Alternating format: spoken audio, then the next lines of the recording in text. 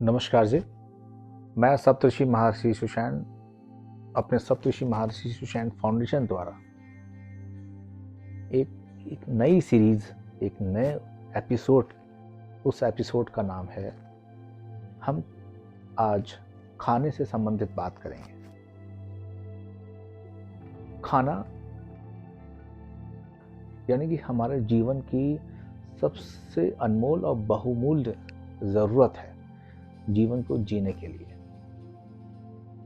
माँ के पेट से जन्म लेने से लेके और मृत्यु तक हम किसी न किसी रूप में खाने को अपने जीवन में शामिल करते हैं और तत्व के अवशोषण से अपने प्राणवायु को आगे ले जाते हैं, जिससे हम नित्य कर्म जीवन में करते हैं।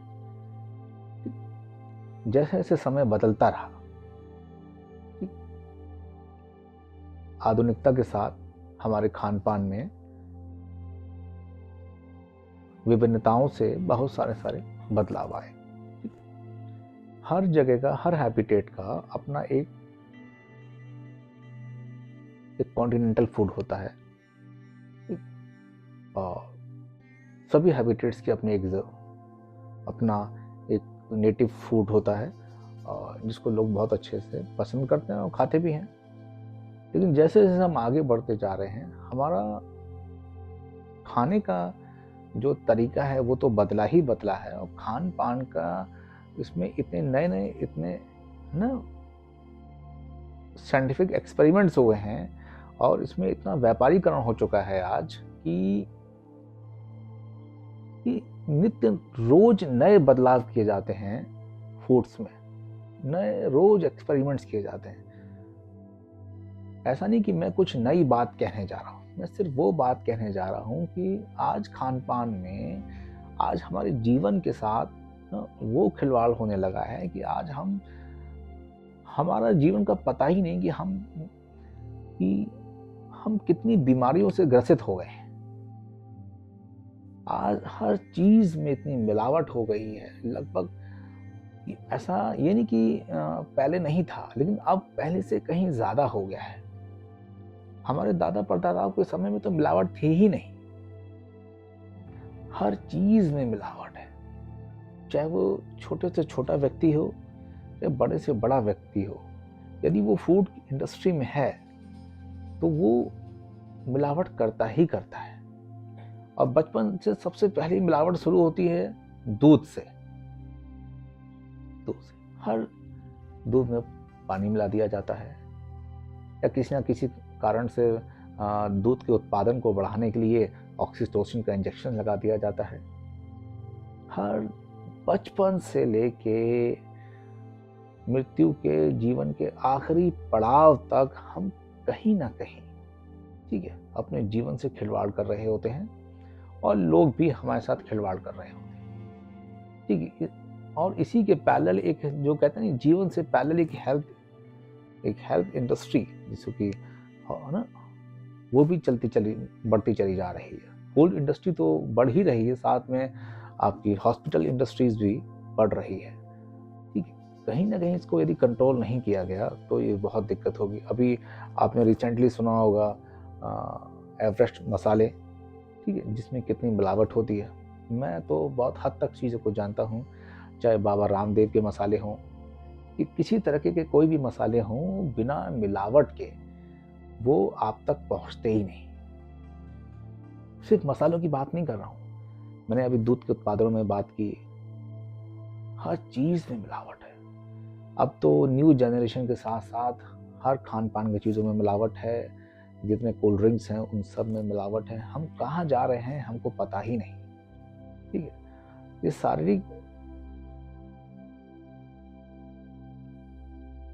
बनावट में इतना बदलाव आता जा रहा है कि मानसिक स्थितियां भी बदलती चली जा रही हैं दिन पर दिन। और हमारे नए बच्चे बिल्कुल कहना मानते ही नहीं है, वो चीज़ों को समझना ही नहीं चाहते, क्योंकि उन्होंने उस दौर को देखा नहीं है।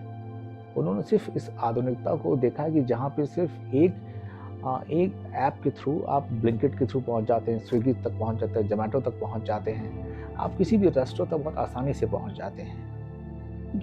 उनमें कब किस समय खाने की प्रिपरेशन की गई होगी आपको भी नहीं पता होता है, लेकिन सिर्फ हम अपनी भूख मिटाते हैं, भूख वो भी इंस्टेंटली। हमें अपनी भूख तो पता है, लेकिन शारीरिक स्थितियां और उससे जुड़ा हमारा जीवन किस परिस्थितियों से जूझ रहा है, फिजियोलॉजिकली, फिजिकली तौर पे, मानसिक तौर पे, हम इसको बिल्कुल नजरअंदाज कर देते हैं, देखना ही नहीं चाहते। और पता कब चलता है? जब हम उस बीमारी से पूर्णतः ग्रसित हो जाते हैं। इसका जिम्मेदार कौन है? फूड इंडस्ट्रीज, वो डिपार्टमेंट्स। बहुत आसानी से लिख दिया जाता है फसाए,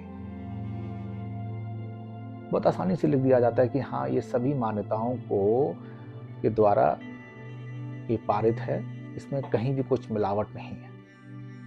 लेकिन मैं आपसे सच कह रहा हूँ, हर डिपार्टमेंट इसमें इन्वॉल्व है।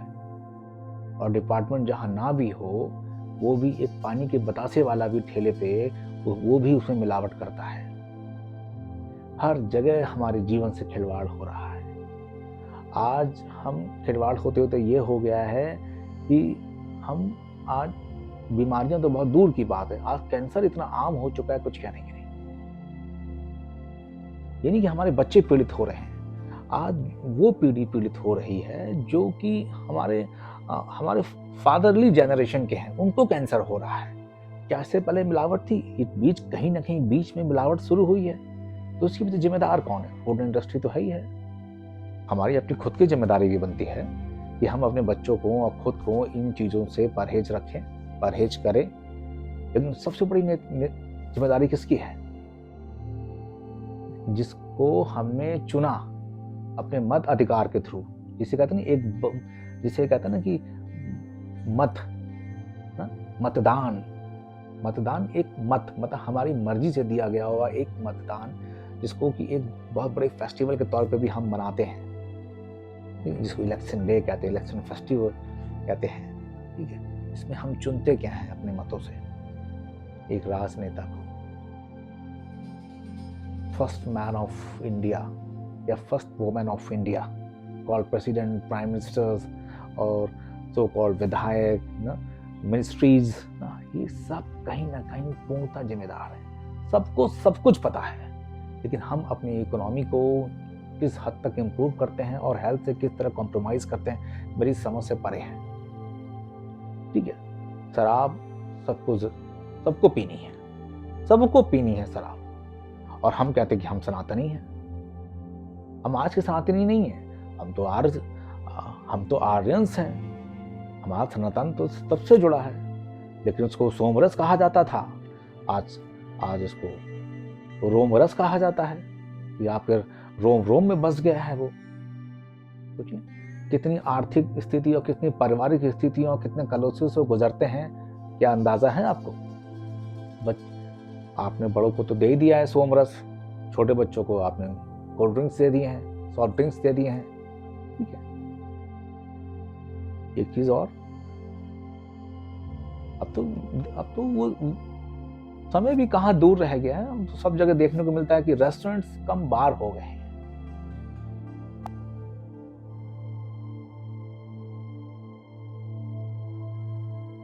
अब बहुत ज्यादा चयन करने में हमें समझौता नहीं करना पड़ता है, ना हमें सोचना पड़ता है। ठीक है, जिस चीज को हमें मांगने में शर्म आती थी, हम देख नहीं पाते थे अपने, कम से कम अपने उस एडोलेसेंस एज से बिफोर, कि हमें पता ही नहीं होता था शराब क्या होती है। लेकिन आज हम खाना खाने जाते हैं तो शराब खाना बगल में ही होता है।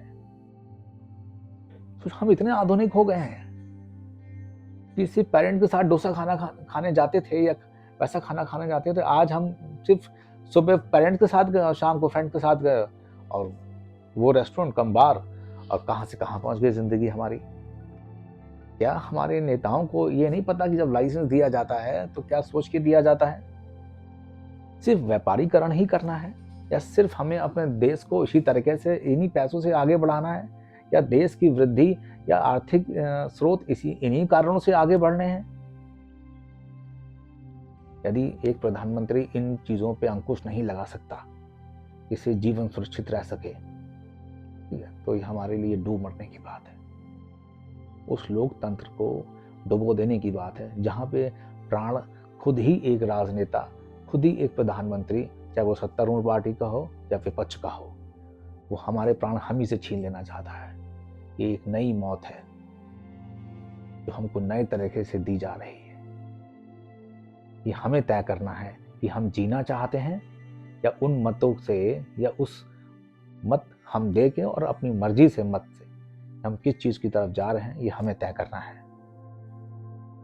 जीवन बहुत बहुमूल्य है। हाँ, वैसे भी आज तो बड़े बड़े कॉन्टिनेंट्स, पूरे वर्ल्ड इस चीज में लगा ही हुआ है कि जनसंख्या को किस तरीके से कम किया जाए। अब वॉर एक ही तरीके से नहीं होती, सिर्फ न्यूक्लियर वेपन से हो। वॉर हर तरीके से होती है, मानसिक तरीके से वॉर होती है, ठीक, बायोलॉजिकल वॉर्स होती है। अब तो आपने तो कोविड का तो सुना ही हुआ है। हर तरीके से किस तरीके से चीज़ों को कम किया जा सके, इस नेचुरल रिसोर्सेज को बचाया जा सके। बचाने का तरीका यही है कि हम सबको मार दिया जाए। आज आप सोचिए कि हमारी आज की जनरेशन, इसी जमाने में कहते थे हम दो हमारे दो, आज तो हमारे दो अपने दो नहीं पैदा कर पा रहे हैं। इतने आईवीएफ सेंटर्स खुल गए हैं। आप सोचिए ना कि आज हर व्यक्ति इंपॉर्टेंट की तरफ बढ़ रहा है, ठीक है। आज सबसे ज्यादा आइसक्रीम पार्लर की तरह आईवीएफ सेंटर्स खुल गए हैं। आइसक्रीम पार्लर की तरह खुल रहे हैं आईवीएफ सेंटर्स। आप कभी नजर डालिए ना कभी अपने आसपास, आप देखिए कि कमी हमारी इस आधुनिक पीढ़ी में, इस नई पीढ़ी में कितनी कमियां आ चुकी हैं कि वो एक बच्चा तक नहीं पैदा कर सकता। हम एक नई स्वस्थ पीढ़ी तक नहीं बना सकते हैं अपनी। आज संभोग इतना भारी पड़ गया है लोगों पे कि वो अपनी उत्पत्ति ही नहीं कर सकता, अपने वंश को ही नहीं आगे बढ़ा सकता, ठीक है। तो विकास कहां से होगा? विकास सिर्फ आईटी सेक्टर के थ्रू होता है। मेरे हिसाब से तो विकास संभवतः संभोग के द्वारा ही होता है, ठीक है। जहां स्वस्थ मानसिकता के साथ हम अपने जीवन को आगे बढ़ाते हैं और नई पीढ़ी को एक नए उद्गम की ओर ले जाते हैं, जहां एक नए भारत के विकास की उम्मीद की जाती है। कहीं ये उम्मीद अधूरी तो नहीं रह जाएगी। यदि इस उम्मीद को पूरा करना है तो हमें सजग रहना पड़ेगा, हमें बुद्धिमत्ता से काम लेना होगा और हमें बहुत सारी चीजों से परहेज करना होगा। परहेज मैं छोड़ने को नहीं कहता हूं। क्या चीज उचित है, क्या अनुचित है, ये हमें जानना होगा, ठीक है, ज्ञान के माध्यम से नहीं। और जीवन में सेल्फ डिपेंड होना सीखिए, ठीक है। बस मैं आपसे इतना ही कहना चाहूंगा। बाकी आप सब समझदार हैं क्योंकि आप भारत देश के सनातन है ना, इसलिए। धन्यवाद और नमस्कार जी।